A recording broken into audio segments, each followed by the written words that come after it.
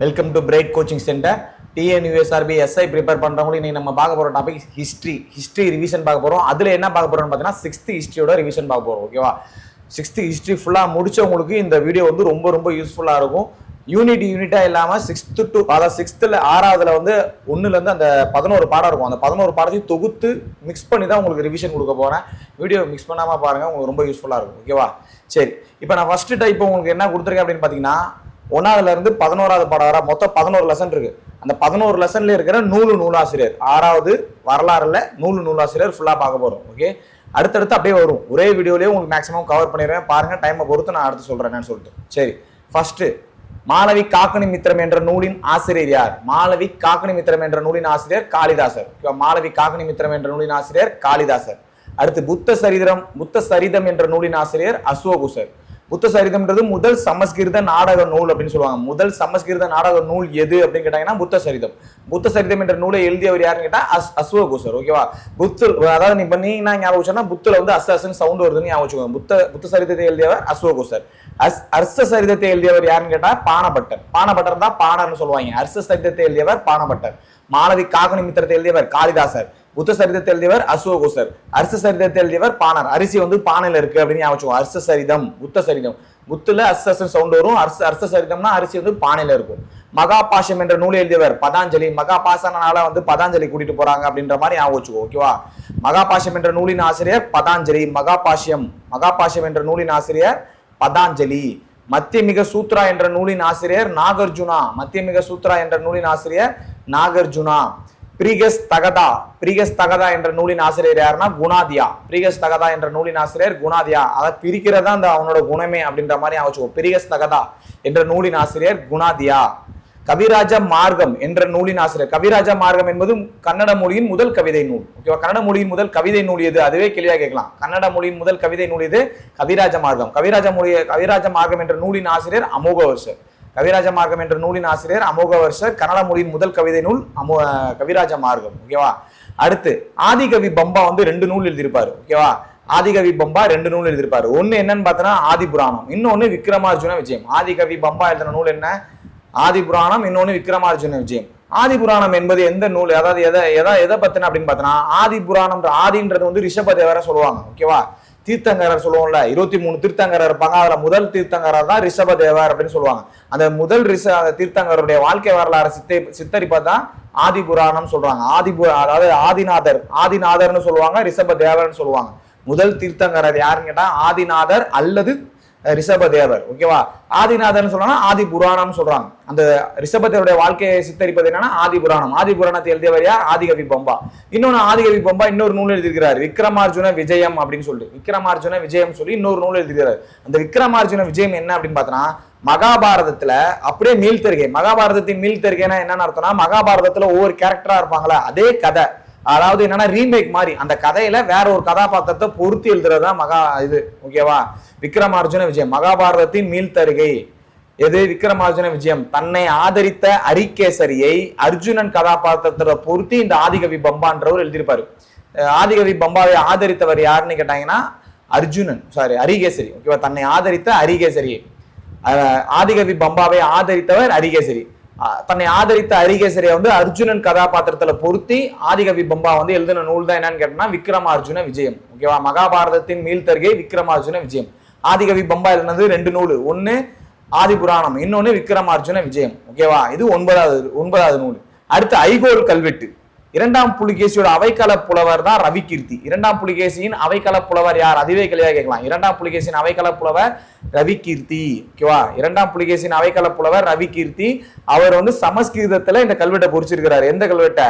ஐகோல் கல்வெட்டை. ஓகேவா, ரவிகீர்த்தி என்பவர் ஐகோல் கல்வெட்டை எந்த மொழியில் எழுதினார் அப்படின்னு கேட்டா சமஸ்கிருத மொழியில் எழுதினார். ரவிகீர்த்தி யாரு?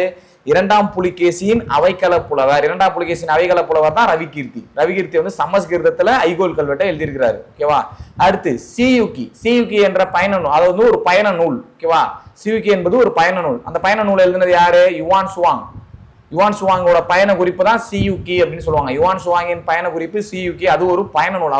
அவர் வந்து பயணத்தை பத்தி எழுதின நூல் தான் சியுகி அப்படின்னு சொல்லுவாங்க. அடுத்து ஹர்ஷர் எழுதிய நூல் 3 நூல் இருக்கு. ஹர்ஷர் எழுதின நூல் எத்தனை? 3 இருக்கு. ரத்னாவளி, நாகானந்தா, பிரியதர்சிகா. ஹர்ஷர் எழுதின நூல் ரத்னாவளி, நாகானந்தா, பிரியதர்சிகா அப்படின்னு சொல்லிட்டு ஹர்ஷர் 3 நூல் எழுதியிருக்கிறார். சந்திர வியாகரணம் என்ற இலக்கண நூலை எழுதியவர். சந்திர வியாகரணம் என்பது ஒரு இலக்கண நூல். சந்திர வியாகரணம் என்பது ஒரு இலக்கண நூல். சந்திர வியாகரணத்தில் எழுதினது சந்திரகோமியா. சந்திர வியாகரணத்தில் எழுதினது சந்திரகோமியா. அடுத்து காளிதாசரின் நாடக நூல்கள் எவை? காளிதாசர் எழுதின ஒரு 3 நூல் எழுதியிருக்கிறார். சாகுந்தலம், மாளவி, காக்கணிமித்திரம், விக்ரம, ஊர்வசியம். ஓகேவா? நீ அப்படியே சினிமா நாடக நூல் தானே சொல்றாங்க. நாடகம்னா சினிமால இருக்குல்ல, சினிமா பேர்ல இருக்கிறதா. மாளவிகா பேரை ஞாபகம் வச்சுக்கோங்க, ஊர்வசி பேரை ஞாபகம் வச்சுக்கோங்க, சாகுந்தலம்ன்றதுக்கு சமந்தா பேரை ஞாபகம் வச்சுக்கோங்க. சாகுந்தலம், சமந்தா, மாளவிகா, ஊர்வசி. இந்த 3 எழுதுனது யாரு? காளிதாசுடைய நாடக நூல்கள். சாகுந்தலம், விக்ரம ஊர்வசியம், மாளவி, காக்கணிமித்திரம். சாகுந்தலம், மாளவி, காக்கணிமித்திரம், விக்ரம, ஊர்வசியம். இந்த நூலெல்லாம் யாரோடது? காளிதாசுடைய நாடக நூல்கள். ஓகேவா? சரி, மொத்தம் 14 நூல் இந்த ஃபர்ஸ்ட் பேஜ்ல பார்த்திருக்கேன். மறுபடியும் ரீகால் பண்றேன். மாளவி, காக்கணிமித்திரம் என்ற நூலின் ஆசிரியர் காளிதாசர். அடுத்து புத்த சரிதம் என்ற நூலின் ஆசிரியர் அசோகோசர். ஹர்ஷ சரிதத்தை எழுதியவர் பாணபட்டர், பாணர். மகாபாஷ்யத்தை எழுதியவர் பதாஞ்சலி. மத்தியமிக சூத்ரா என்ற நூலின் ஆசிரியர் நாகார்ஜுனா. திரிகஸ் தகதா என்ற நூலின் ஆசிரியர் குணாதியா. கவிராஜ மார்க்கம் கன்னட மொழியின் முதல் கவிதை நூல் கவிராஜ மார்க்கம். கவிராஜ மார்க்கத்தை எழுதியது அமோகவர்சர். ஆதிகவி பம்பா 2 நூல் எழுதியிருக்கிறார். ஒன்னு ஆதி புராணம், இன்னொன்னு விக்ரமார்ஜுன விஜயம். ஆதி புராணம் என்பது ரிஷபதேவருடைய வாழ்க்கை வரலாறு பத்தி கூறுது. விக்ரமார்ஜுன விஜயம் எது? மகாபாரதத்துறை மீள்தருகை. தன்னை ஆதரித்த அரிகேசரியை அர்ஜுனன் கதாபாத்திரத்தில் பொருத்தி எழுதியதா என்னன்னு கேட்டாங்கன்னா விக்ரமார்ஜுன விஜயம். ஓகேவா? அடுத்து ஐகோல் கல்வெட்டு. ஐகோல் கல்வெட்டு வந்து 2ஆம் புலிகேசியோட அவைகால புலவர் யாரு? ரவிகீர்த்தி. 2ஆம் புலிகேசின் அவைகால புலவர் ரவிகீர்த்தி என்பவர் சமஸ்கிருதத்தில் ஐகோல் கல்வெட்டை எழுதியிருக்கிறார். ஓகேவா? சிவிகி என்பது ஒரு பயண நூல். சிவிகி எழுதினது யுவான் சுவாங். யுவான் சுவாங்கின் பயண குறிப்பு தான் சிவிகி. ஹர்ஷர் எழுதியது 3 நூல். ரத்னாவளி, நாகானந்தா, பிரியதர்சிகா. ஓகேவா? சந்திர வியாகரணம் என்ற நூலின் ஆசிரியர் சந்திரகோமியா. சந்திர வியாகரணம் என்ற நூலின் ஆசிரியர் சந்திரகோமியா. சந்திர வியாகரணம் என்பது ஒரு இலக்கண நூல். சந்திர வியாகரணம் என்பது ஒரு இலக்கண நூல். காளிதாசரின் நாடக நூல்கள் சாகுந்தலம், மாளவி, காக்கணிமித்திரம், விக்ரம, ஊர்வசியம். சமந்தா, ஊர்வசி, மாளவிகா. அந்த 3 பேரை ஞாபகம் வச்சுக்க சொன்னேன். ஃபர்ஸ்ட் பேஜ் முடிச்சு 14 பேர் பார்த்திருக்க இதுக்குள்ளேயே. ஓகேவா? அடுத்து செகண்ட் பேஜ் பாக்குற காளிதாசருடைய நாடக நூல்கள் பார்த்தோம். இப்ப காளிதாசருடைய சிறப்பு மிக்க நூல்கள். ஓகேவா? காளிதாசருடைய சிறப்பு மிக்க நூல்கள் என்ன அப்படின்னு சொல்லி பார்க்கிறோம். மேகதூதம், ரகுவம்சம், குமார சம்பவம், ரிதுசம்காரம். மேகதூதம், ரகுவம்சம், குமார சம்பவம், ரிதுசம்காரம். அடுத்து மத்த விலாச பிரகாசனம் என்ற நூலில் எழுதியவர் யாருன்னு கேட்டா மகேந்திரவர்மன். மகேந்திரவர்மன் வந்து சமஸ்கிருதத்துல மத்த விலாச பிரகாசனத்தை எழுதியிருப்பாரு. அதை தமிழ்ல என்னன்னு சொல்லுவாங்கன்னா குடிகாரர்களின் மகிழ்ச்சி அப்படின்னு சொல்லுவாங்க. ஓகேவா? மகேந்திரவர்மன், அதாவது 1ஆம் மகேந்திரவர்மன். மகேந்திரவர்மன் மத்த விலாச பிரகாசனத்தை எதில் எழுதினார்? எந்த மொழியில் எழுதினார் கேட்டா சமஸ்கிருதம். அப்பெல்லாம் சமஸ்கிருதம்னா வடமொழியில தான் எழுதியிருப்பாங்க அதிகமான நூட்கள். ஓகேவா? வடமொழி தான் சமஸ்கிருதம்ன்றது. வடமொழினாலும் சமஸ்கிருதம்னாலும் ஒண்ணுதான். ஓகேவா? மகேந்திரவர்மன் மத்த விலாச பிரகாரத்தை எந்த மொழியில் எழுதினார் கேட்டா வடமொழி அல்லது சமஸ்கிருதத்தில் எழுதினார். தமிழ் மொழியில தமிழ்ல அதை என்னன்னு சொல்றாங்கன்னா குடிகாரர்களின் மகிழ்ச்சி என்று அழைக்கப்படுகிறது. ஓகேவா? நியாய பாஷா என்ற நூலின் ஆசிரியர். நியாயமா இருப்பாங்க, வாத்தியார்லாம் நியாயமா இருப்பாங்க அப்படின்னு ஞாபகம் வச்சுக்கோ. நியாய பாஷா என்ற நூலின் ஆசிரியர் வாத்ஸ்யாயர். நியாய பாஷ்யா என்ற நூலின் ஆசிரியர் வாத்ஸ்யாயர். வாத்தியார்லாம் நியாயமா இருப்பாங்க. தசகுமார சரிதம். தசகுமார சரிதம் என்ற நூலின் ஆசிரியர் தண்டின். தசகுமார சரிதம் என்ற நூலின் ஆசிரியர் தண்டின். தண்டின் என்பவர் சைட்லயே பாருங்க, 1ஆம் நரசிம்மவர்மனுடைய அவையை அலங்கரித்தவர் தண்டின். அதாவது நரசிம்மன் நரன் இருக்கு, அந்த தண்டு வந்து நரன் இருக்குன்னு ஞாபகம் வச்சுக்கோங்க. ஓகேவா? யாருடைய அவையை தண்டின் அலங்கரிச்சாருன்னு பார்த்தோன்னா 1ஆம் நரசிம்மவர்மனின் அவையை அலங்கரித்தவர் தண்டின். 1ஆம் நரசிம்மவர்மனுடைய அவையை அலங்கரித்தவர் தண்டின். தசகுமார சரிதத்தை எழுதியவர் தண்டின். தசகுமார சரிதத்தை எழுதியவர் தண்டின். புத்த சரிதம், ஹர்ஷ சரிதம், தசகுமார சரிதம். புத்த சரிதத்தை எழுதியது அசோகோசர். புத்துல அசுன்னு வரும்னு சொல்லியிருந்தேன். ஹர்ஷ சரிதத்தை எழுதினது பாணர். அரிசியில பானை இருக்கும், பானையில அரிசி இருக்குன்னு சொல்லியிருந்தேன். தசகுமார சரிதம். ஓகேவா? தண்டின். குமாரன் வந்து குமாரனா இருக்கான தண்டி எடுத்துட்டு போறாதா ஞாபகம் வச்சுக்கோ. எந்த அவை தண்டின் எந்த அவையை அலங்கரித்தாருன்னு கேட்டானா 2ஆம் நரசிம்மவர்மனுடைய அவையை 1ஆம் நரசிம்மவர்மனுடைய அவையை அலங்கரிச்சு இருந்திருப்பாரு. ஓகேவா? அடுத்து கிரதார்ஜுனியம். கிரதார்ஜுனியம் என்பது ஒரு வடமொழி காப்பியம். கிரதார்ஜுனியத்தை எழுதியவர் பாரவி. கிரதார்ஜுனியத்தை எழுதியவர் யாருன்னு கேட்டீங்கன்னா பாரவி. நிதி சாசாரம் காமாந்தகர். நிதி சாசாரம் என்ற நூலை எழுதியவர் காமாந்தகர். நிதி சாசாரம் எதை பற்றியது அப்படின்னு பார்த்தோன்னா அரச கருவூலம் மற்றும் வருமானத்தின் பல வழிமுறைகளை குறிப்பிடுது. எப்படிலாம் அரசுக்கு வந்து எந்தெந்த வழியிலலாம் வருமானம் வருது அப்படின்னு சொல்லி அதை குறிப்பிடுறதா என்னன்னு பார்த்தோன்னா நிதி சாசாரம். நிதி சாசாரத்தை எழுதியவர் யாருன்னு கேட்டா காமாந்தகர். நிதி சாசாரம் என்ற நூலின் ஆசிரியர் காமாந்தகர். கிரதார்ஜுனியம் என்ற நூலின் ஆசிரியர் பாரவி. கிரதார்ஜுனியம் என்பது ஒரு வடமொழி காப்பியம். கிரதார்ஜுனியம் என்பது ஒரு வடமொழி காப்பியம். கிரதார்ஜுனியத்தை எழுதியவர் பாரதி. நிதிசாசாரம் என்ற நூலை எழுதியவர் காமாந்தகர். அடுத்து விசாகதத்தர் எழுதிய ஒரு 2 நூல் இருக்கு. தேவி சந்திரகுப்தம் என்ற நூலின் ஆசிரியர் விசாகதத்தர். தேவி சந்திரகுப்தம் என்ற நூலின் ஆசிரியர் விசாகதத்தர். முத்ரா ராட்சம் என்ற நூலின் ஆசிரியர் விசாகதத்தர். தேவி சந்திரகுப்தம் விசாகதத்தர். முத்ரா ராட்சசம் என்ற நூலின் ஆசிரியர் விசாகதத்தர். முத்ரா ராட்சசம் என்ற நூலின் ஆசிரியர் விசாகதத்தர். ஓகேவா? அடுத்து நாசிக் மெய்கீர்த்தி. நாசிக் மெய்கீர்த்தி என்ற நூலின் ஆசிரியர் கௌதமி பாலஸ்ரீ. நாசிக் மெய்கீர்த்தி என்ற நூலின் ஆசிரியர் கௌதமி பாலஸ்ரீ. இந்த கௌதமி பாலஸ்ரீ யாருன்னா புத்தருடைய, அதாவது கௌதம புத்தர் சதர்கனியின் தாய். கௌதம புத்தர் சதர்கனுடைய தாய் தான் யாருன்னு கேட்டா கௌதம பாலஸ்ரீ. ஓகேவா? நாசிக் மெய்கீர்த்தி என்ற நூலின் ஆசிரியர் கௌதமி பாலஸ்ரீ. நாசிக் மெய்கீர்த்தி என்ற நூலின் ஆசிரியர் கௌதமி பாலஸ்ரீ. அந்த கௌதமி பாலஸ்ரீ யாரு? கௌதம புத்திர சதர்கனியோட தாய். கௌதம புத்திர சதர்கனியின் தாய் தான் கௌதமி பாலஸ்ரீ. அதாவது அந்த பையனை சதர்கனியை பத்தி தான் அந்த நூல் எழுதியிருந்திருப்பாங்க. ஓகேவா? அடுத்து சட்டசாய் அல்லது சப்தசதி என்ற நூலின் ஆசிரியர் ஹர்ஷர் ஹாலா ஒரு பேரு. சட்டசாய் என்ற நூலின் ஆசிரியர் ஹர்ஷர் ஹாலா. சட்டசாய் என்ற நூலின் ஆசிரியர் ஹர்ஷர் ஹாலா. அதாவது சட்டசாய்னா என்னன்னு கேட்டா பிராகிருத மொழியில 700 பாடல்களை கொண்ட நூல் தான். பிராகிருத மொழியில 700 பாடல்களை கொண்ட நூலின் பெயர் என்னன்னு கேட்டா சட்டசாய் அல்லது சப்தசதி அப்படின்னு சொல்லுவாங்க. பிராகிருத மொழியில் 700 பாடல்களை கொண்ட நூலுக்கு பேர் என்னன்னு கேட்டாங்கன்னா சட்டசாய் அல்லது சப்தசதின்னு சொல்லுவாங்க. அந்த சட்டசாயை எழுதினது யாருன்னு கேட்டா ஹர்ஷர் ஹாலா. சட்டசாய் எழுதியவர் யாரு? ஹர்ஷர் ஹாலா. அடுத்து the search for the India's last emperor என்ற நூலின் ஆசிரியர் Charles Allen. Search for the India's last emperor என்ற நூலின் ஆசிரியர் சார்லஸ் ஆலன். டோனி ஆலன் யாரு? சார்லஸ் ஆலன் பார்க்கும்போது இன்னொரு பேர் ஞாபகம் வரணும். டோனி ஆலன் வந்து நீங்க எக்கனாமிக்ஸ்ல படிச்சிருந்திருப்பீங்க. மறைநீர் என்ற பதத்தை வெளியிட்டவர் 1990. மறைநீர் என்ற பதத்தை வெளியிட்டவர் யாருன்னா டோனி ஆலன். சார்லஸ் வருதா? அப்ப சார்லஸ் மேசன் யாரு? ஹரப்பா நாகரிகத்தின் இடிபாடுகளை கண்டறிந்தவர் சார்லஸ் மேசன். டோனி ஆலன் என்பவர் மறைநீர் என்ற பதத்தை உருவாக்கியவர் டோனி ஆலன் 1990. ஓகேவா? பட்டினப்பாளையின் ஆசிரியர் உருத்திரங்கணனார் கிமு 2ஆம் நூற்றாண்டை சேர்ந்தவர். பட்டினப்பாளையின் ஆசிரியர் உருத்திரங்கணனார் என்பவர் கிமு 2ஆம் நூற்றாண்டை சேர்ந்தவர். பட்டினப்பாளையின் ஆசிரியர் உருத்திரங்கணனார் யாரு? கிமு 2ஆம் நூற்றாண்டை சேர்ந்தவர். அதாவது நம்ம இதுல வந்து வணிகம் வந்து நேர்மையா நடக்குதுன்னு சொல்லி கூறுற நூல் எதுன்னு பட்டினப்பாளை தான். பூம்புகார்ல வந்து வணிகம் வந்து நேர்மையா நடக்கும். அங்க வந்து அதிகமாகவும் விற்க மாட்டாங்க, குறைச்சும் வந்து கொடுக்க மாட்டாங்க, கரெக்டா சரியான விலைக்கு கொடுப்பாங்க அப்படின்னு சொன்ன நூல் எதுன்னு கேட்டா பட்டினப்பாளையம். பட்டினப்பாளையின் ஆசிரியர் தான் உருத்திரங்கணனார். எந்த நூற்றாண்டை சேர்ந்தவர்னா கிமு 2ஆம் நூற்றாண்டை சார்ந்தவர். அர்த்த சாஸ்திரத்தை எழுதியவர் கௌடில்யர் அல்லது சாணக்கியர், ரெண்டுமே ஒண்ணுதான். ஓகேவா? அர்த்த சாஸ்திரத்தை எழுதியவர் சாணக்கியர் அல்லது கௌடில்யர். அடுத்து ஆகம சித்தாந்தம் என்ற நூலின் ஆசிரியர் யார்? ஆகம சித்தாந்தம் கௌதம சுவாமி. இந்த ஆகம சித்தாந்தம்ன்றது மகாவீரருடைய போதனைகள் அத்தனையும் தொகுத்து எழுதுறதா ஆகம சித்தாந்தம். மகாவீரர்லாம் என்னென்னலாம் போதிச்சிருக்காரோ அதெல்லாம் தொகுத்து ஒரு நூலா வெளியிடுறாங்க. அது ஆகம சித்தாந்தம் சொல்றாங்க. அந்த ஆகம சித்தாந்தத்தை வெளியிட்ட நூலின் ஆசிரியர் யாருன்னு கேட்டா கௌதம சுவாமி யாரு? மகாவீரருடைய தலைமை சீடர். மகாவீரருக்கு நிறைய தலைமை சீடர் இருப்பாங்க, நிறைய சீடர்கள் இருப்பாங்க. அதுல தலைமை சீடர் தான் கௌதம சுவாமி. அவரு தான் மகாவீரர் என்னெல்லாம் போதிக்கிறாரோ அதெல்லாம் தொகுத்து அவருடைய மூத்த சீடர் ஒருத்தர் ரிலீஸ் பண்றாரு. கௌதம சுவாமி ரிலீஸ் பண்றாரு. மகாவீரருடைய போதனை தான் ஆகம சித்தாந்தம். அந்த ஆகம சித்தாந்தம் என்ற நூலின் ஆசிரியர் கௌதம சுவாமி, மகாவீரருடைய மூத்த சீடர் அவரு. ஓகேவா? சரி. அடுத்து மெகஸ்தனிஸ் எழுதிய நூல் இண்டிகா என்ற நூலின் ஆசிரியர் மெகஸ்தனிஸ் யாரு? செலுக்கஸ் நிகடரின் தூதுவர். ஓகேவா? இண்டிகா என்ற நூலின் ஆசிரியர் மெகஸ்தனிஸ் யாரு? செலுக்கஸ் நிகடரின் தூதுவர் மெகஸ்தனிஸ். அடுத்து இவர் யாருடைய அவையில இருந்திருக்காருன்னு பார்த்தோம்னா சந்திரகுப்த மௌரியரின் அவையில் இருந்தவர் மெகஸ்தனிஸ். அடுத்து இப்ப நம்ம நூலா பாக்குறோமா, யாருடைய அவையெல்லாம் அலங்கரிச்சிருக்கா அப்படின்னு சொல்லி நம்ம அடுத்து பார்க்கலாம். ஓகேவா? செலுக்கஸ் நிகடரின் தூதுவர் மெகஸ்தனிஸ்.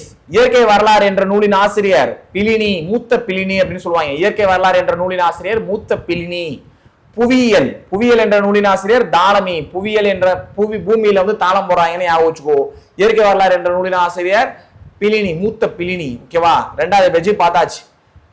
காளிதாசருடைய சிறப்பு மிக்க நூல்கள்னா மேகதூதம், ரகுவம்சம், குமார சம்பவம், ரிதுசம்காரம். மத்த விலாச பிரகாசனத்தை எழுதியவர் சமஸ்கிருதத்துல முதலாம் மகேந்திரவர்மன் எழுதியிருப்பாரு. தமிழ்ல வந்து குடிகாரர்களின் மகிழ்ச்சி, அதை வந்து இவங்களை வந்து இழிவுபடுத்தினதா சொல்லியிருந்திருப்பாங்க. ஓகேவா. நியாய பாஷா என்ற நூலின் ஆசிரியர் வாத்ஸ்யாயர். தசகுமார சரிதம் என்ற நூலின் ஆசிரியர் தண்டின். தண்டின் வந்து முதலாம் நரசிம்மவர்மனோட அவையை அலங்கரிச்சிருந்திருப்பார். கிரதார்ஜுனியத்தை எழுதியவர் பாரதி. ஓகேவா. தசகுமார சரிதம் தண்டின்.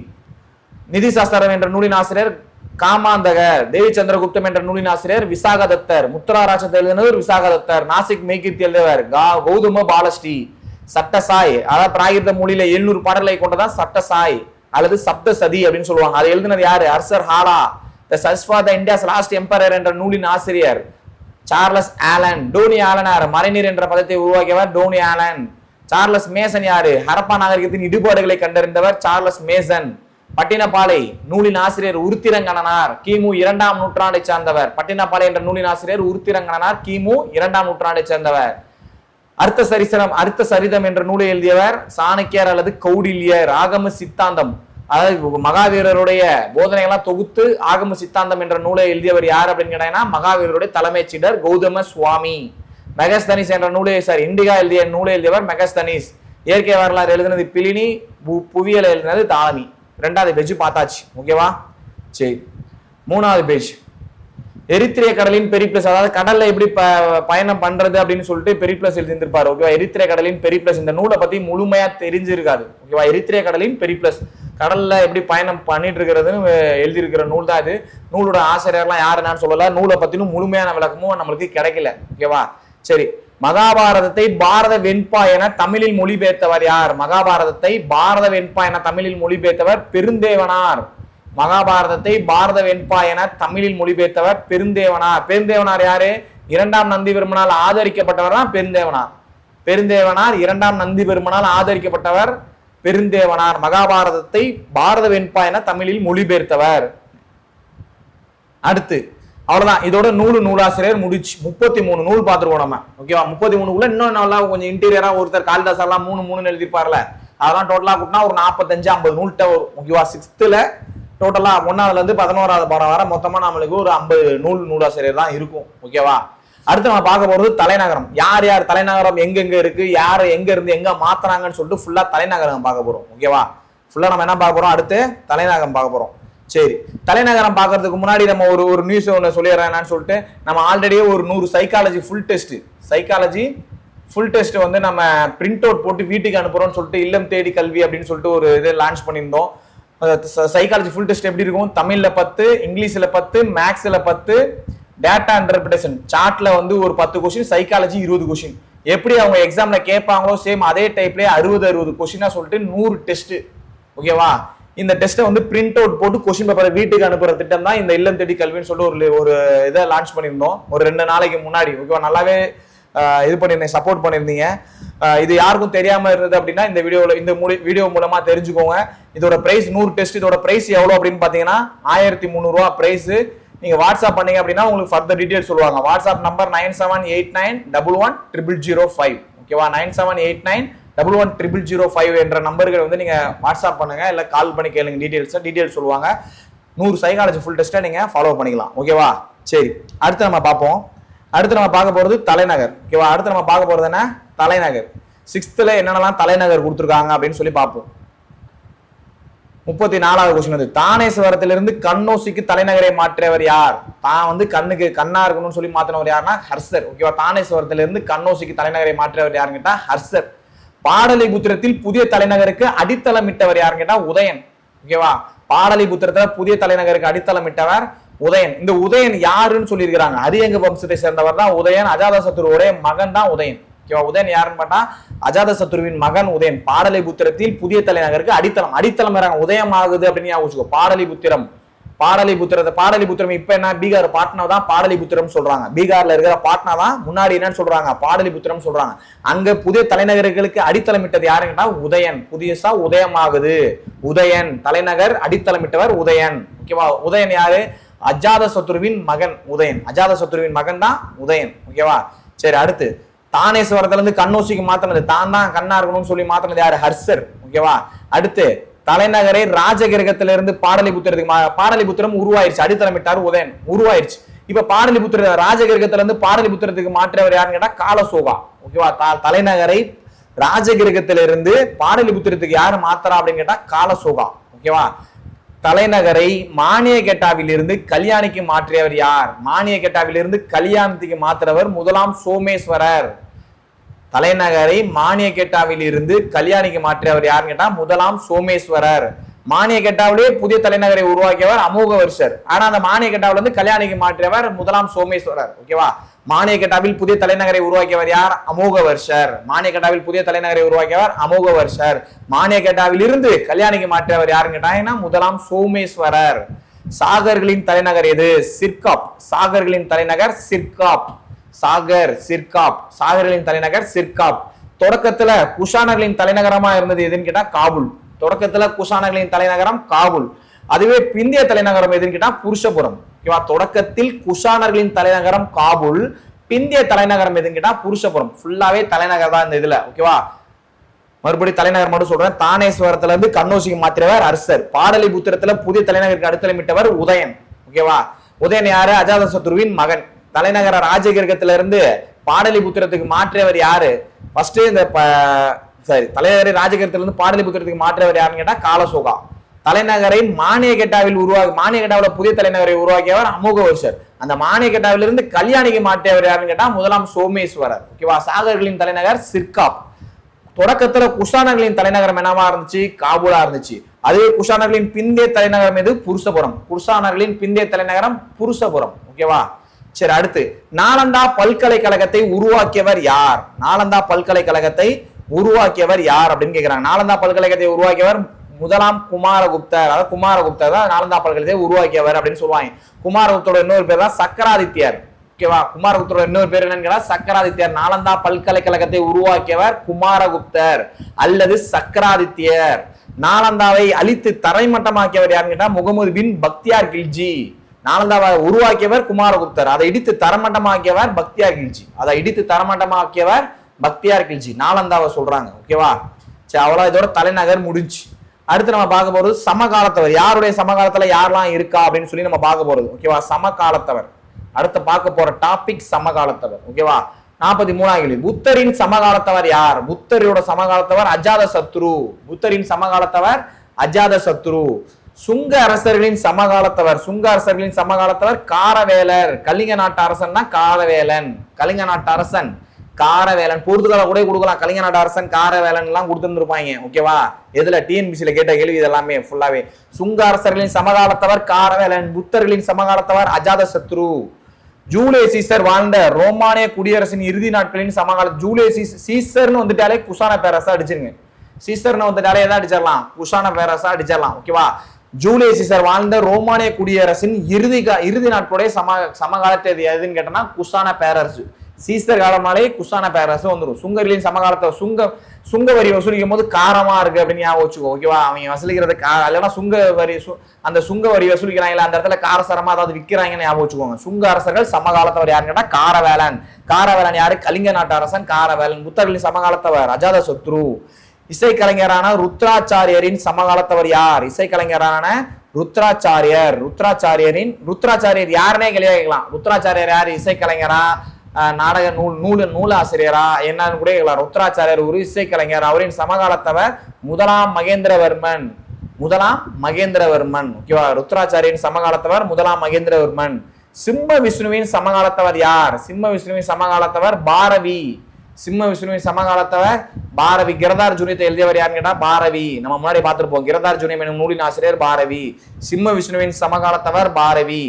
கான்ஸ்டாண்டில் நோபில் எனும் நகரத்தை உருவாக்கிய ரோமானிய பேரரசர் மகா கான்ஸ்டாண்டில் நோபிலின் சமகாலத்தவர் ஆவார். அதாவது என்னன்னா கான்ஸ்டாண்டில் நோபிலின் நகரத்தை உருவாக்கிய ரோமானிய பேரரசர் மகா கான்ஸ்டாண்டில் நோபி. ஓகேவா? கான்ஸ்டாண்டில் நோபில் நகரத்தை உருவாக்கியவர் யாருன்னு கேட்டா மகா கான்ஸ்டாண்டில் நோபில். இவருடைய சமகாலத்தவர் யாருன்னு கேட்டா முதலாம் சந்திரகுப்தர். முதலாம் சந்திரகுப்தர். இதெல்லாம் சமகாலத்தால இருக்கிறாங்க. புத்தரின் சமகாலத்தவர் அஜாத சத்ரு. சுங்க அரசருடைய சமகாலத்தவர் காரவேலர். ஜூலியஸ் சீசர்னு வந்துட்டாலே குஷான பேரரசு. இசைக்கலைஞரான ருத்ராச்சாரியரின் சமகாலத்தவர் முதலாம் மகேந்திரவர்மன். சிம்ம விஷ்ணுவின் சமகாலத்தவர் பாரவி. பாரவி என்ன நூல் எழுதியிருக்கிறாரு? கிரதார் ஜூனியம். கான்ஸ்டாண்டில் நோபில் நகரை உருவாக்கிய ரோமானிய பேரரசர் யாருன்னு கேட்டா மகா கான்ஸ்டாண்டில் நோபில். அவரின் சமகாலத்தவர் முதலாம் சந்திரகுப்தர். முதலாம் சந்திரகுப்தர். ஓகேவா? சரி, அடுத்த பேஜ் போகுமா? 4வது பேஜ். அடுத்து 4வது பேஜ்ல பாக்குறது இலங்கையை சேர்ந்த ஸ்ரீ மேகவர்மன், ஓகேவா, இலங்கையை சேர்ந்த ஸ்ரீ மேகவர்மன் எனும் பௌத்த அரசரின் சமகாலத்தவர் யார்? மேகவர்மனுடைய சமகாலத்தவர் யாருன்னு கேட்டாங்க, சமுத்திரகுப்தர். மேகவர்மனுடைய சமகாலத்தவர் சமுத்திரகுப்தர். சமுத்திரத்துக்கு போற வழியில மேகமா இருக்கு அப்படின்னு ஞாபகம் வச்சுக்கோ, ஓகேவா. இலங்கையை சேர்ந்த ஸ்ரீ மேகவர்மன் பௌத்த அரசர். இலங்கையை சேர்ந்த பௌத்த அரசர் தான் ஸ்ரீ மேகவர்மன். இலங்கையை சேர்ந்த பௌத்த அரசர் ஸ்ரீ மேகவர்மன். அவருடைய சமகாலத்தவர் தான் சமுத்திரகுப்தர், ஓகேவா. முதலாம் மகேந்திரவர்மன், முதலாம் நரசிம்மவர்மன் ஆகியோரின் சமகாலத்தவர் அரிகேசரி மாரவர்மன். முதலாம் மகேந்திரவர்மன், முதலாம் நரசிம்மவர்மனுடைய சமகாலத்தவர் யாருன்னு கேட்டா அரிகேசரி மாரவர்மன். அடுத்து, அசோகர் ஒரு பிரகாசமான நட்சத்திரம் போல இன்று வரை ஒளிர்கிறார் என்று கூறியவர் யார்? அசோகர் ஒரு பிரகாசமான நட்சத்திரம் போல இன்று வரை ஒளிர்கிறார் என்று கூறியவர் H.G. வெல்ஸ். அசோகர் ஒரு பிரகாசமான நட்சத்திரம் போல இன்று வரை ஒளிர்கிறார், H.G. வெல்ஸ். அதுவே கிமு 6ஆம் நூற்றாண்ட நட்சத்திரங்களின் மலை என்று வர்ணித்தவர் யார்? நட்சத்திரம் நட்சத்திரம் அதனால கன்ஃபியூஸ் பண்றனால அதை அப்படியே அடுத்தடுத்த கிளியா வச்சிருக்கோம். அசோகர் ஒரு பிரகாசமான நட்சத்திரம் போல இன்று வரை ஒளிர்கிறார், H.G. வெல்ஸ். கிமு 6ஆம் நூற்றாண்ட நட்சத்திரங்களின் மலை என்று வர்ணித்தவர் யாருன்னு கேட்டா வில்டூரண்ட். கிமு 6ஆம் நூற்றாண்டை நட்சத்திரங்களின் மலை என்று வர்ணித்தவர் வில்டூரண்ட். அடுத்து, பட்டு எடைக்கு எடை தங்கம் கொடுத்து பெற தகுதியானது. அதாவது எடைக்கு எடை தங்கத்தை கொடுத்து பட்டை நீ 1 கிலோ கொடுத்தனா நான் தங்கத்தை 1 கிலோ கொடுக்குறேன் அப்படின்ற மாதிரி பட்டு எடைக்கு எடை தங்கம் கொடுத்து பெற தகுதியானதுன்னு சொல்லி ஒருத்தர் சொல்லியிருக்கிறார். யாரு? ஆரிலியன். நீ ஆரியா இங்க வாங்குறான் அப்படின்னு ஞாபகம். ஆரியா நடிகர் இருப்பார்ல, அவன் ஒரு பட்டை தங்க எடை கொடுத்து வாங்குறான் அப்படின்னு ஞாபகம். ஓகேவா. பட்டு எடைக்கு எடை தங்கம் கொடுத்து பெற தகுதியானது ஆரிலியன், ஓகேவா. அடுத்து, அவையை அலங்கரித்தவர். யாருடைய அவையை யாரெல்லாம் அலங்கரிச்சிருக்கா அப்படின்ற கேள்வி. யாருடைய அவையை யாரெல்லாம் அலங்கரிச்சிருக்கா? சந்திரகுப்த மௌரியரின் அவையை அலங்கரித்தவர் மெகஸ்தனிஸ். மெகஸ்தனிஸ் இண்டிகா என்ற நூலை எழுதியவர் மெகஸ்தனிஸ். சந்திரகுப்த மௌரியரின் அவையில் இருந்தவர் மெகஸ்தனிஸ். Augustus Caesar. சீசர்னு வந்துட்டாலே நான் என்ன சொல்லியிருந்தேன்? குசானா பேரஸ சொல்லியிருந்தேன், ஓகேவா. ஜூலியஸ் சீசரா இருந்தாலும் சரி, அகஸ்டஸ் சீசரா இருந்தாலும் சரி, குசானா பேரஸ்ன்னு போட்டு அகஸ்டஸ் சீசரின் அவைக்கு தூதுக்குழுக்களை அனுப்பியவர் யார்? அதாவது சீசருடைய அவை தூதுக்குழுக்களை வரவேற்றிருப்பாரு, தூதுக்குழுக்களை அனுப்பியவர் யாருன்னு கேட்டா குசானா பேரரசர் தான், ஓகேவா. அடுத்து, சமஸ்கிருத அறிஞர் தான் தண்டின். தண்டின் யாருடைய அவையை அலங்கரிச்சிருந்திருக்கிறாங்க? முதலாம் நரசிம்மவர்மன். நம்ம முன்னாடியே பார்த்தோம், ஓகேவா. தண்டின் யாருடைய அவையை அலங்கரிச்சிருக்காங்க கேட்டா முதலாம் நரசிம்மவர்மனின் அவையை அலங்கரித்தவர் தண்டின். தண்டு நர நரன் இருக்கு அப்படின்னு சொல்லி ஞாபகம் வைக்க சொல்லியிருந்தேன். ஹர்ஷரின் அவையை அலங்கரித்தவர் யார்? ஹர்ஷரின் அவையை அலங்கரித்தவர் பாணபட்டர், மயூரா, ஹர்தத்தா, ஜெயசேனர். ஹர்ஷரின் அவையை அலங்கரித்தவர் பாணபட்டர், மயூரா, ஹர்தத்தா, ஜெயசேனர். ஹர்தத்தா, ஜெயசேனர். கனிஷ்கர் அவையில் இருந்த பௌத்த துறவிகள். கனிஷ்கர் அவையில் இருந்த பௌத்த துறவிகள் அசோகோசர், வசுமித்ரர், நாகார்ஜுனர். அசோகோசர், வசுமித்ரர், நாகார்ஜுனர், ஓகேவா. சீன அரசுக்கு தூதுக்குழுக்களை அனுப்பியவர் யார் அப்படின்னு கேட்கிறாங்க, ஓகேவா. சீன அரசுக்கு தூதுக்குழுக்களை அனுப்பியவர், சீன அரசின் தூதுக்குழுக்களை வரவேற்றவர். சீனாவுக்கு தூதுக்குழுக்களை அனுப்புறான், சீனால இருந்து தூதுக்குழுக்களை அங்க இருந்து வரவங்கள வரவேற்கிறவர் யாருன்னு கேட்டா 2ஆம் நரசிம்மவர்மன், ராஜசிம்மன் கூட சொல்லலாம், ஓகேவா. சீனாவுக்கு தூதுக்குழுக்களை அனுப்பியவர் யார்? சீனாவில இருந்து தூதுக்குழுக்களை வரவேற்றவர் யாருன்னு கேட்டா 2ஆம் நரசிம்மவர்மன், ராஜசிம்மன் அப்படின்னு சொல்லுவாங்க. சமுத்திரகுப்தரின் அவையை அலங்கரித்தவர் யார்? ஹரிசேனர். சமுத்திரகுப்தரின் அவையை அலங்கரித்தவர் ஹரிசேனர். அடுத்து, கடைசி பேரரசர்லாம் யாருன்னு சொல்றாங்க? சமுத்திரகுப்தரின் அவையை அலங்கரித்தவர் ஹரிசேனர். கடைசி பேரரசர் யார்? மௌரிய பேரரசின் கடைசி அரசர் பிரகத்ரதா. மௌரிய பேரரசின் கடைசி அரசர் பிரகத்ரதா. மௌரிய பேரரசின் கடைசி அரசர் யார்? பிரகத்ரதா. பிரகத்ரதா சுங்கமித்திர அரசரால் கொல்லப்பட்டார் அப்படின்னு சொல்லியிருக்காங்க. அது எக்ஸ்ட்ரா நியூஸ் பார்த்துக்கோ. கடைசி கண்வரசர் யாருன்னு கேட்டா சுசர்மன். கடைசி கண்வரசர் சுசர்மன், ஓகேவா. சிமுகா என்பவரால் கொல்லப்பட்டார். ஆந்திரா குறுநில மன்னர் சிமுகா என்பவரால் கொல்லப்பட்டவர் தான் சுசர்மன். மௌரிய பேரரசோட கடைசி அரசர் பிரகத்ரதா. கண்வரசின் கடைசி அரசர் சுசர்மன், ஓகேவா. சரி, அடுத்த பேஜ் பார்ப்போம். அடுத்து, ராஷ்டிரகூட வம்சத்தின் திறமை வாய்ந்த கடைசி அரசன். ராஷ்டிரகூடத்துல திறமை வாய்ந்த சரியான முறையில் வைத்திருந்த கடைசி அரசன் யாரு? நிறைய, ஓகேவா. ராஷ்டிரகூட வம்சத்தில் திறமை வாய்ந்த கடைசி அரசன் யாருன்னா 3ஆம் கிருஷ்ணன். 1ஆம் கிருஷ்ணன், 2ஆம் கிருஷ்ணன், 3ஆம் கிருஷ்ணன், மூணு கிருஷ்ணன் இருப்பாங்க அதுல டோட்டலா, ஓகேவா. ராஷ்டிரகூட வம்சத்துல திறமை வாய்ந்த கடைசி அரசன் யாருன்னா 3வது கிருஷ்ணன். நாட்டை சரியான முறையில் வைத்திருந்த கடைசி அரசன் யாரு? அதே ராஷ்டிரகூட அரசர்ல நாட்டை சரியான முறையில் வைத்திருந்த கடைசி அரசன் யாருன்னா 3ஆம் கோவிந்தன். 3ஆம் கிருஷ்ணன் வேற, 3ஆம் கோவிந்தன் வேற. நாட்டை சரியான முறையில் வச்சிருந்தானா கோவிந்தன். திறமை வாய்ந்த கடைசி அரசனா கிருஷ்ணன், ஓகேவா. திறமை வாய்ந்த கடைசி அரசனா கிருஷ்ணன். கடைசி பல்லவ மன்னன் யார்? கடைசி பல்லவ மன்னன் யாருன்னா அபராஜிதன். கடைசி பல்லவ மன்னன் யாருன்னு கேட்டா அபராஜிதன், ஓகேவா. கடைசி பல்லவ மன்னன் அபராஜிதன். இந்தியாவில் பௌத்தத்தை பின்பற்றிய கடைசி அரசர் ஹர்ஷர். இந்தியாவில் பௌத்தத்தை பின்பற்றிய கடைசி அரசர் யாருன்னு கேட்டா ஹர்ஷர். குப்த பேரரசன் நம்ம அசோகர் வந்து பௌத்தத்தை பரப்புறதுக்காக, ஆசியா முழுவதும் பரப்புறதுக்காக தன் மகன் மகள் 2 பேரையுமே இலங்கைக்கு அனுப்பி வைத்தவர் யாருன்னு கேட்டா அசோகர். ஆசியா முழுவதும் பௌத்தம் பரவதுக்கு காரணமா இருந்தவர் அசோகர். பௌத்தத்தை பின்பற்றிய கடைசி அரசர் யாருன்னு கேட்டா ஹர்ஷர். ஓகேவா? நந்த வம்சத்தின் கடைசி அரசர் யார்? நந்த வம்சத்தின் கடைசி அரசர் தனநந்தர்.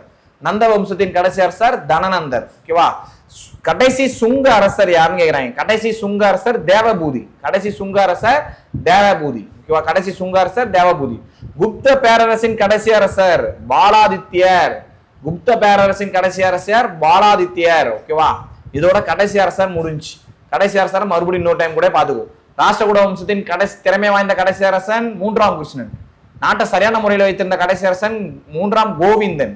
கடைசி பல்லவ மன்னன் யாருன்னு சொல்றோம்? அபராஜிதன். கடைசி பல்லவ மன்னன் அபராஜிதன். பௌத்தத்தை பின்பற்றிய கடைசி அரசர் ஹர்ஷர். குப்த பேரரசின் அங்கீகரிக்கப்பட்ட கடைசி அரசர் யாருன்னா விஷ்ணுகுப்தர். நந்த வம்சத்தின் கடைசி அரசர் தனநந்தர். கடைசி சுங்க அரசர் தேவபூதி. குப்த பேரரசுடைய கடைசி அரசர் பாலாதித்யர். கோவிலை கட்டினதெல்லாம் யார் யார், எந்தெந்த கோயிலை யார் யாரெல்லாம் கட்டியிருக்கா? எல்லோரா கோவிலை எல்லோராவில் கைலாசநாதர் கோவிலை கட்டியவர் யாருன்னு கேட்டா 1ஆம் கிருஷ்ணன். எல்லாமே கிருஷ்ணன் தான். எல்லோரா எல்லாமே கிருஷ்ணன் தான். முதல் கிருஷ்ணன். எல்லோராவுல கைலாசநாதர் கோவில். காஞ்சியில கைலாசநாதர் கோவிலை கட்டியவர் 2ஆம் நரசிம்மவர்மன். காஞ்சியில கைலாசநாதர் கோவிலை கட்டியவர் முதல் 2 கேள்வி அதே தான் இருக்கும். நல்லா பாத்துக்கோங்க. ஒண்ணு எல்லோராவுல கைலாசநாதர் கோவிலை கட்டியவர் யாருன்னு கேட்டிருப்பான். எல்லோராவுல கைலாசநாதர் கோவில். 2வது காஞ்சியில கைலாசநாதர் கோவிலை கட்டியவர் யார்? எல்லோராவுல கைலாசநாதர் கோவிலை கட்டியவர் 1ஆம் கிருஷ்ணன். எல்லாமே முதல் கிருஷ்ணன் தான். முதல்ல கிருஷ்ணன் தான். 2வது காஞ்சியில கைலாசநாதர் கோவிலை கட்டியவர் யார்? 2ஆம் நரசிம்மவர்மன். அவனதான் என்னன்னு சொல்லி அழைப்பாங்க? ராஜசிம்மன் சொல்லுவாங்க. ஓகேவா? காஞ்சி கைலாசநாதர் கோவிலை கட்டியவர் 2ஆம் நரசிம்மவர்மன். அவர் என்னன்னு சொல்லி அழைப்பாங்க? ராஜசிம்மன். ராமேஸ்வரத்துல கிருஷ்ணேஸ்வரையா கோவிலை கட்டியவர் யார்? ராமேஸ்வரத்துல கிருஷ்ணேஸ்வரையா கோவிலை கட்டியவர் 3ஆம் கிருஷ்ணன். முதல் கிருஷ்ணன் எல்லோராவில கைலாசநாதர் கோவில. 3ஆம் கிருஷ்ணன் ராமேஸ்வரத்துல கிருஷ்ணேஸ்வர கோவிலை கட்டினது. ஓகேவா? வதாபியில் உள்ள விஷ்ணு கோவிலை கட்டியவர் யார்? வதாபியில் உள்ள விஷ்ணு கோவிலை கட்டியவர் மங்களேசன். வதாபியில் உள்ள விஷ்ணு கோவிலை கட்டியவர் மங்களேசன். சாளுக்கிய வம்சத்தை சேர்ந்த மங்களேசன். ஓகேவா? அடுத்து காசி. இது வந்து ஒரு பொறுத்துக கொஸ்டின். 75வது கொஸ்டின் வந்து ஒரு பொறுத்துக கொஸ்டின். அப்படியே முக்கியமானது. காசி விஸ்வேஸ்வர கோவில் எங்கு உள்ளதுன்னு கேட்டா லக்கண்டி. அதை காசிக்கு போறதுக்கு லக்கு வேணும் அப்படின்ற மாதிரி ஞாபகம் வச்சுக்கோ. காசி விஸ்வேஸ்வரா கோவில் எங்கு உள்ளதுன்னு கேட்டா லக்கண்டி. மல்லிகார்ஜுனா மல்லியை வந்து மல்லிகை பூவை வந்து குரு வந்து வட்டிக்கு வாங்கி மல்லிகை பூ வாங்குறான். வட்டிக்கு வாங்கி வாங்குறான் அப்படின்னு ஞாபகம் வச்சுக்கோ. இல்ல வட்டிக்கு வாங்கி மல்லிகை பூவை வந்து விளைவிக்கிறான் அப்படின்ற மாதிரி ஏதாவது ஞாபகம் வச்சுக்கோ. காசி விஸ்வேஸ்வரா கோவில்னா லக்கண்டி, லக்கு வேணும். மல்லிகார்ஜுனா கோவில் எங்க உள்ளதுன்னு கேட்டா குரு வட்டி. கல்லேஸ்வரர் கோவில் எங்க இருக்குன்னு கேட்டா பகலி. பகலிலே வந்து கள்ளத்தனமா இருக்கான் அப்படின்னு ஞாபகம் வச்சுக்கோ. கல்லேஸ்வரர் கோவில் எங்க உள்ளதுன்னு கேட்டா பகலி. மகாதேவா இட்டகி. மகாதேவா அப்படின்னு சொல்லும் போது பக்கத்துல இட்டகில இருக்காங்க அப்படின்ற மாதிரி ஞாபகம் வச்சுக்கோ. மகாதேவா கோவில் எங்க உள்ளதுன்னு கேட்டா இட்டகி. காசி விஸ்வேஸ்வரா கோவில் லக்கண்டி. மல்லிகார்ஜுனா கோவில் குருவட்டி. கல்லேஸ்வரா கோவில் எங்க இருக்கு? பகலி. மகாதேவா கோவில் இட்டக்கி. ஓகேவா? சரி, அடுத்து ராஷ்டிரகூடர்களால் கட்டப்பட்ட கோவில். ராஷ்டிரகூடர்கள் என்னென்னலாம் கோயிலா கட்டியிருக்காங்க? சமண நாராயணர் கோவில், காசி விஸ்வேஸ்வரா கோயிலா கட்டியிருக்கிறாங்க. ஓகேவா? கட்டுமான கோவில்களை முதலாக கட்டியவர்கள் யார்? கட்டுமான கோவில்களை முதலாக கட்டியவர்கள் குப்தர்கள். வைகுண்ட பெருமாள் கோவில் எங்குள்ளது? காஞ்சிபுரத்துலலாம் எல்லா கைலாசநாதர் கோவிலும் இருக்கு, வைகுண்ட பெருமாள் கோவிலும் இருக்கு. ஓகேவா? காஞ்சிபுரத்துல வைகுண்ட பெருமாள் கோவிலும் இருக்கு, கைலாசநாதர் கோவிலும் இருக்கு. ஞாபகம் வச்சுக்கோ. சரி, அடுத்த கேள்வி பார்ப்போம். நாலந்தாவை பத்தி கிட்டத்தட்ட ஒரு 4 கொஸ்டின். சாரி, நாலந்தா பத்தி இல்ல, புத்தரை பத்தி, புத்தருடைய சிலையை பத்தி ஒரு 5 கொஸ்டின் இருக்கு. ஓகேவா? 5 கொஸ்டின்ல 4 கொஸ்டின் இருக்கு. 4 கொஸ்டினுமே புத்தருடைய சிலையை பத்தி தான் இருக்கும். முக்கியமான கேள்வி. நாலந்தாவுல 18 அடி உயரமுள்ள புத்தரின் சிலை இருக்குது. நாலந்தாவுல 18 அடி உயரமுள்ள புத்தரின் செப்பு சிலை உள்ளது. புத்தருடைய எந்த சிலை இருக்குது? 18 அடி உயரமுள்ள புத்தரின் செப்பு சிலை எங்கு உள்ளதுன்னு கேட்டா நாலந்தால. 7 அடி உயரம் உள்ள புத்தருடைய உலோக சிற்பம், எந்த சிற்பம்னா சொல்ல உலோகத்துல இது புத்தருடைய சிற்பம் 7 அடி எங்கன்னு கேட்டா சுல்தான் கஞ்ச் என்ற இடத்துல புத்தருடைய 7 அடி உயரம் இருக்குது. 7 அடி உயரத்துல ஒரு உலோக சிற்பம் இருக்கு. சுல்தான் கஞ்ச் என்ற இடத்துல புத்தருடைய 7 அடி உலோக சிற்பம் இருக்கு. 18 அடியில செப்பு சிலை. 18 வயசுல செருப்புல அடிப்பான். அதாவது உனக்கு ஞாபகம் வச்சுக்கோ. ஓகேவா? செப்பு சிலை என்ன சிலைன்னா செப்பு சிலை. ஓகேவா? நாலந்தாவுல 18 அடி உயரம் உள்ள புத்தரின் செப்பு சிலை. 7 அடி உயரம் உள்ள உலோக சிற்பம் எங்க இருக்குது? சுல்தான் கஞ்சில இருக்குது. 71 மீட்டர் உயரம் உள்ள புத்தர் சிலை என்னன்னு சொல்லி அழைப்பாங்கன்னா மாபெரும் லேசன்னு சொல்லுவாங்க. சீனாவுடைய தாங்க அரச வம்சத்தினால் கட்டப்பட்டது. சீனாவின் தாங்க அரச வம்சத்தினால் கட்டப்பட்டதான் 71 மீட்டர் உயரம் உள்ள புத்தரின் சிலை. ஓகேவா, 71 மீட்டர் உயரம் உள்ள புத்தருடைய சிலை மாபெரும் லேசன்னு சொல்லுவாங்க. எங்க இருக்குது? சீனாவின் தாங்க அரச வம்சத்தினால் கட்டப்பட்டது அப்படின்னு சொல்றாங்க. அடுத்து உலக புகழ்பெற்ற புத்தருடைய ஆளுயர சிற்பம் முழு உயரத்தை காமிப்பாங்க. 18 அடி 7.5 அடி 71 மீட்டர் முழு உயர ஆளுயர சிற்பம் எங்க இருக்குன்னு கேட்டா பாமியான் பள்ளத்தாக்குல மலையில செதுக்கப்பட்டிருக்காங்க. பாமியான் பள்ளத்தாக்கில் உள்ள மலைகளில் செதுக்கப்பட்டுள்ளது. 18 அடி உயரம் உள்ள புத்தருடைய செப்பு சிலை எங்க இருக்கு? 18 அடி செப்பு சிலைன்னு சொல்லிட்டேன். எங்க இருக்குன்னா நாலந்தா. ஓகேவா. அடுத்து 7 அடி உயரம் உள்ள புத்தருடைய உலோக சிற்பம் எங்க இருக்கு? சுல்தான் கஞ்ச். 71 மீட்டர் உயரம் உள்ள புத்தருடைய மாபெரும் லேசன் சிலை எங்க இருக்குன்னு கேட்டா சீனாவுடைய தாங்க அரசம்ஸ்தரால் கட்டப்பட்டது. புத்தருடைய ஆள் உயர சிற்பம் எங்க இருக்கு? பாமியான் பள்ளத்தாக்குல செதுக்கியிருக்காங்க. ஓகேவா. சரி, அடுத்து இதுவும் ஒரு பொறுத்துக்க கொஸ்டின் கேட்பாங்க, இல்லைன்னா கூற்றுல கேள்வி கேட்கலாம். இந்த 4 கொஸ்டின். ஸ்மிருதி என்பது இதிகாசம் புராணங்களை உள்ளடக்கியது. ஸ்மிருதி இதிகாசம் புராணத்தை உள்ளடக்கியது. ஸ்மிருதி. ஓகேவா. விதாதா இனக்குழுவின் பொதுக்குழு. இனக்குழுவின் பொதுக்குழு தான் விதாதா. மூத்தோர்களை கொண்ட மன்றத்துக்கு பெயர் சபா. மூத்தோர்களை கொண்ட மன்றத்துக்கு பெயர் சபா. மக்கள் அனைவரையும் கொண்ட பொதுக்குழு என்னன்னு சொல்லுவாங்கன்னா சமிதி. மக்கள் அனைவரையும் கொண்ட பொதுக்குழுவை சமிதி. அதாவது ஸ்மிருதி அப்படின்னா இதிகாசம் புராணத்தை உள்ளடக்கியது. விதாதானா இனக்குழுவோடைய பொதுக்குழுவை தான் விதாதா. மூத்தோர்களை கொண்ட மன்றம் சபா. மக்கள் அனைவரும் கொண்டிருந்தது சமிதி. ஓகேவா. எலிபண்டா தீவு என பெயரிட்டவர் யார்? எலிபண்டா தீவு எங்க இருக்குது? அவுரங்காபாத்ல இருக்குது. எலிபண்டா தீவு எங்க இருக்குது? அவுரங்காபாத்ல இருக்குது. அந்த எலிபண்டா தீவு என பெயரிட்டவர் யாருன்னு கேட்டா போர்ச்சுகீசியர்கள். எலிபண்டா தீவு என பெயரிட்டவர்கள் போர்ச்சுகீசியர்கள். எலிபண்டா தீவின் இயற்பெயர் ஸ்ரீபுரி. எலிபண்டா தீவு என பெயரிட்டவர்கள் போர்ச்சுகீசியர்கள். எலிபண்டா தீவின் இயற்பெயர் ஸ்ரீபுரி. உள்ளூர் மக்களால் எலிபண்டா தீவு என்னன்னு சொல்லி அழைக்கிறாங்கன்னா காரபுரி. எலிபண்டா தீவின் இயற்பெயர் ஸ்ரீபுரி. உள்ளூர் மக்களால் காரபுரி என்று அழைக்கப்படுகிறது. அடுத்து ஜீனசேனா. ஜீனசேனா எனும் சமண துறவியால் சமண மதத்திற்கு மாற்றப்பட்டவர் யார்? ஜீனசேனா எனும் சமண துறவியால் சமண மதத்திற்கு மாற்றப்பட்டவர் அமோகவர்ஷர்.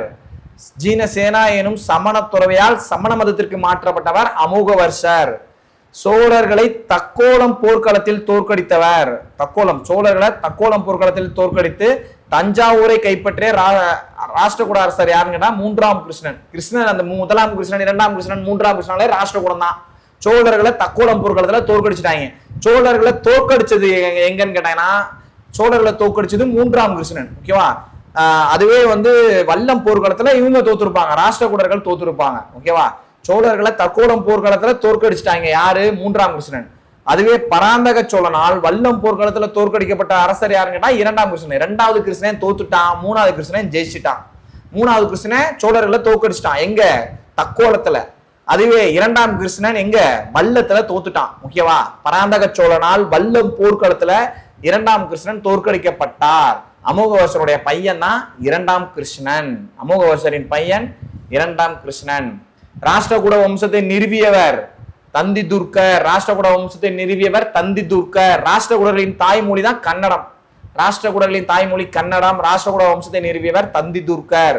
பல்லவர்களின் தலைநகரம் எது? காஞ்சிபுரம். பல்லவர்களின் தலைநகரம் காஞ்சிபுரம். பல்லவர்களின் ஆட்சி பகுதி சோழ பகுதி, பாண்டிய பகுதிகள்லாம் ரெண்டுமே சேர்ந்த ஆண்டவங்க தான் பல்லவர்கள். ஓகேவா. பல்லவர்களின் தலைநகரம் காஞ்சிபுரம். அவருடைய ஆட்சி பகுதி சோழ பாண்டிய பகுதிகள். பல்லவ அரசின் மையப்பகுதி எதுன்னு கேட்டா தொண்டை மண்டலம். பல்லவ அரசின் மையப்பகுதி எதுன்னு கேட்டா தொண்டை மண்டலம். ஓகேவா. சரி, அடுத்து களப்பிரர்களை அழித்து பல்லவ அரசை உருவாக்கியவர் யார்? சிம்ம விஷ்ணு. களப்பிரர்களை அழித்து பல்லவ அரசை உருவாக்கியவர் சிம்ம விஷ்ணு. சிம்ம விஷ்ணு யாருன்னு பார்த்தோம்னா 2ஆம் சிம்மவர்மனின் மகன். அது ஒரு கிராஃப் மாதிரி போட்டு காமிச்சு வந்திருப்பேன். இங்க பாருங்க, இந்த கிராஃப் பாத்தீங்கன்னா உங்களுக்கு தெரியும். ஓகேவா. இந்த கிராஃப்ல பாத்தீங்க அப்படின்னா 2ஆம் சிம்மவர்மனுடைய மகன் தான் யாருன்னு கேட்டா சிம்ம விஷ்ணு. இந்த சிம்ம விஷ்ணு தான் களப்பிரர்களை அழிச்சு பல்லவ அரசை உருவாக்கி இருந்திருப்பான். இவனுடைய மகன் தான் 1ஆம் மகேந்திரவர்மன். 1ஆம் மகேந்திரவர்மன் தோத்துருவாப்ல. ஓகேவா. புலிகேசிட்ட தோத்துருவாப்ல. அதுக்கு பழி தீர்க்கிறவனா யாருன்னு கேட்டா நரசிம்மவர்மன். ஓகேவா. 1ஆம் மகேந்திரவர்மனின் மகன் யாரு? 1ஆம் நரசிம்மவர்மன். இந்த கதை அங்க இன்ட்ரெஸ்டா இருக்கும், இப்போதைக்கு பாத்துக்கோங்க. 2ஆம் சிம்மவர்மனின் மகன் சிம்ம விஷ்ணு. அவன் தான் பல்லவ வம்சத்தை நிறுவியவர். சிம்ம விஷ்ணுவின் மகன் 1ஆம் மகேந்திரவர்மன். ஓகேவா. இவன் 1ஆம் மகேந்திரவர்மனுடைய அவையை அலங்கரித்தவர்களாம் நம்ம பார்த்தோம்ல. இசை கலைஞர் யாரு? ருத்ராச்சாரியார். 1ஆம் மகேந்திரவர்மனுக்கே நிறைய இருக்குது பேர்லாம். ஓகேவா. 1ஆம் மகேந்திரவர்மனின் மகன் 1ஆம் நரசிம்மவர்மன். அடுத்து அவங்களோட பட்ட பேர் சொல்றாங்க. சிம்ம விஷ்ணுவின் பட்ட பெயர் அவனி சிம்மன். சிம்ம விஷ்ணுவின் பட்ட பெயர் அவனி சிம்மன். முதலாம் மகேந்திரவர்மனுக்கு பட்ட பேர் நிறைய இருக்கும். சங்கீரண ஜாதி, அதான் அவருடைய அவையவே ஒரு இசைக்கலைஞர் ருத்ராச்சாரியர் அலங்கரிச்சிருப்பார். சங்கீரண ஜாதி. மத்த விலாச பிரகாசனம் சொல்லி ஒரு நூல் எழுதியிருப்பார் சமஸ்கிருதத்துல. அதுதான் என்னன்னு சொல்லுவாங்க தமிழ்ல குடிகாரர்களின் மகிழ்ச்சின்னு சொல்லுவாங்க. குணபாரன், சித்திரகார புலி, விசித்திர சித்தன், இதெல்லாம் யாரு? முதலாம் மகேந்திரவர்மன். அடுத்து முதலாம் நரசிம்மவர்மன். முதலாம் மகேந்திரவர்மனுடைய பெயர் தான், பையன் தான் முதலாம் நரசிம்மவர்மன். அவனை என்னென்னலாம் சொல்லி அழைக்கிறாங்க? மாமல்லன், வாதாபி கொண்டான். அதாவது முதலாம் மகேந்திரவர்மனை அந்த புலிகேசி வந்து தோற்கடிச்சிருவார். ஓகேவா? அதுக்கு என்ன பண்ணுவார் அப்படின்னு பார்த்தா, அது பழி தீர்க்கிறதுக்காக அவங்களுடைய பையன் முதலாம் மகேந்திரவர்மனை தோக்கடிச்சிருவாங்க. ஓகேவா? யாரு? புலிகேசி தோக்கடிச்சிடாரு. அதனால கோபம் கொண்டு அவனுடைய பையன் முதலாம் நரசிம்மவர்மன் போய் அந்த புலிகேசியோட ஊர் தான் வாதாபி. அந்த வாதாபியை தீக்கரையாக்கிடுவார். தீக்கரையாக்கி தன்னை சொந்தமாக வரும். அதனாலதான் வாதாபி கொண்டான் அப்படின்னு சொல்லுவாங்க. இரண்டாம் புலிகேசியை தோற்கடித்தவன் முதலாம் நரசிம்மவர்மன், வாதாபி கொண்டான். அவனை தான் மாமல்லன். மாமல்லபுரத்துல உருவாக்குனதெல்லாம் யாருன்னு கேட்டா முதலாம் நரசிம்மவர்மன். இது வந்து தமிழ் புக்குல ஒரு கதை சொல்லி இருந்திருப்பாங்க. முதலாம் மகேந்திரவர்மன் வந்து தன்னுடைய பையன் நரசிம்மவர்மனை கூட்டிட்டு கடற்கரையோரமா போகும்போது ஒரு யானை உட்கார்ந்து இருந்து அந்த சிலை நிழல் தெரிகிற மாதிரி இருக்குது, இந்த இடத்துல இதெல்லாம் இருந்தா நல்லா இருக்கும் அப்படின்னு சொல்லி ஒற்றைக்கல் சிற்பம் இங்க வேணும், இதை மாதிரி வேணும், இங்க வேணும்னு சொல்லி முதலாம் நரசிம்மவர்மனுடைய கற்பனையிலே எல்லாம் உருவானனால அதை வந்து அந்த மாமல்லபுரம் உருவாகிறது காரணம் நரசிம்மவர்மன். அதனால அதை என்னன்னு சொல்றாங்கன்னா மாமல்லன் அப்படின்னு சொல்றாங்க. ஓகேவா? வாதாபி கொண்டான் யாரு? முதலாம் நரசிம்மவர்மன். வாதாபியை தீக்கரையாக்கினால வாதாபி கொண்டான்னு சொல்றாங்க. ஏன் வாதாபியை தீக்கரையாக்கினா? தன்னுடைய அப்பாவை கொன்னதுக்காக பழி தீர்த்து இருந்திருக்காங்க. ஓகேவா? இரண்டாம் நரசிம்மவர்மன் என்னன்னு சொல்றாங்க? ராஜசிம்மன். இரண்டாம் நரசிம்மவர்மன் என்னன்னு சொல்லி பேர், இன்னொரு பேர் என்ன கேட்டா ராஜசிம்மன். கிரேக்கர்கள் பிந்துசாரரை எவ்வாறு அழைத்தனர் கேட்டாங்கன்னா அமிர்த கதா. கிரேக்கர்கள் பிந்துசாரரை எவ்வாறு அழைத்தனர்? அமிர்த கதா. அதான் அமிர்த கதானா என்னன்னு கேட்டா எதிரிகளை அழிப்பவர். கிரேக்கர்கள் பிந்துசாரரை அமிர்த கதா என்று அழைத்தனர். அறிவு மற்றும் ஆன்மீக வளர்ச்சியின் அடையாள சின்னம் தான் கிமு 6ஆம் நூற்றாண்டு. அறிவு மற்றும் ஆன்மீக வளர்ச்சியின் அடையாள சின்னம் கிமு 6ஆம் நூற்றாண்டு. கிமு 6ஆம் நூற்றாண்டை நட்சத்திரங்களின் மலை என்று வர்ணித்தவர் பில்டூரண்ட். கிமு 6ஆம் நூற்றாண்டை நட்சத்திரங்களின் மலை என்று வர்ணித்தவர் பில்டூரண்ட். ஓகேவா? அடுத்தடுத்த நூல் அப்படியே போயிட்டே இருக்கும். நம்ம இதோட 100 கொஸ்டின் பாத்துறோம். ஓகேவா? 101வது கொஸ்டின். அடுத்த நூல், மாநாடு, இதெல்லாம் போயிட்டே இருக்கு. ஓகேவா? நம்மளுக்கு டைம் ஆயிடுச்சு. வீடியோ வந்து இதோட முடிச்சுக்கலாம். அடுத்தடுத்த வீடியோல நம்ம மறுபடியும் சந்திக்கலாம். வீடியோ முடிக்கிறதுக்கு முன்னாடி மறுபடியும் சொல்றேன், 100 psychology test full test practice வேணும் அப்படின்னா ஜெராக்ஸ் எனக்கு வந்து ஹார்ட் காப்பி வேணும் அப்படின்னு சொன்னீங்க அப்படின்னா உங்க வீட்டுக்கு ஹார்ட் காப்பி வரும். அந்த ஹார்ட் காப்பில நம்மளுக்கு சைக்காலஜி ஃபுல் டெஸ்ட் 60 கொஸ்டினுக்கு உங்களுக்கு ஃபுல் டெஸ்ட் இருக்கும். ஓகேவா? அந்த ஃபுல் டெஸ்ட் மொத்தம் எத்தனை டெஸ்ட் இருக்குன்னா 100 டெஸ்ட் இருக்கும். 100 டெஸ்ட்டுக்கு full test plus answer key ரெண்டுமே இருக்கும். இந்த ரெண்டும் வேணும்ன்றவங்க 9789110005 அப்படின்ற நம்பருக்கு வாட்ஸ்அப் பண்ணுங்க, இல்லைன்னா கால் பண்ணுங்க. இன்னொன்னு ஆன்லைன்ல நம்மளுக்கு டெஸ்ட் சீரிஸ் போயிட்டு இருக்கு. விடாமுயற்சி டெஸ்ட் சீரிஸ் ஆன்லைன்ல போயிட்டு இருக்கும் எஸ்ஐக்கு. அதோட நம்ம ஆப்ல போய்கிட்டு இருக்கு. ஆப்போட லிங்க் கீழே டிஸ்கிரிப்ஷன்ல இருக்கும். அதுல வேணும்ன்றவங்களும் ஜாயின் பண்ணிக்கலாம். அந்த ஆப்ல போறதுக்கு நம்மளுக்கு என்னென்னலாம் இருக்குது? GK test 100 test, sorry 70 test இருக்கும். GK 70 test, psychology full test 100 test இருக்கும். மாடல் 50 மாடல் டெஸ்ட் இருக்கும். இது தாராளமா இதுவே போதுமானது. 220 டெஸ்ட் இருக்கும். நீங்க படிச்சு அடிச்சு ரிவிஷன் பண்றதுக்கு இதுவே தாராளமா போதுமான டைமா இருக்கும். பிளஸ் உங்களுக்கு அதுல சைக்காலஜி ஃபுல் டெஸ்டிங் மட்டும் ரிவிஷன், அதாவது சொல்யூஷன் வீடியோஸ் அப்லோட் பண்ணிடுவோம். ஒரு 10 டெஸ்ட்டுக்கு போட்டாச்சு, மீதி இருக்கிற டெஸ்ட்டுக்கு அடுத்தடுத்த வீடியோல வரும். ஃபாலோ பண்ணிக்கலாம். ஓகேவா? வீடியோ பிடிச்சது அப்படின்னா லைக் பண்ணுங்க, சப்ஸ்கிரைப் பண்ணுங்க, உங்க ஃப்ரெண்டுக்கு கண்டிப்பா ஷேர் பண்ணுங்க. அடுத்த வீடியோல சந்திக்கலாம். தேங்க்யூ.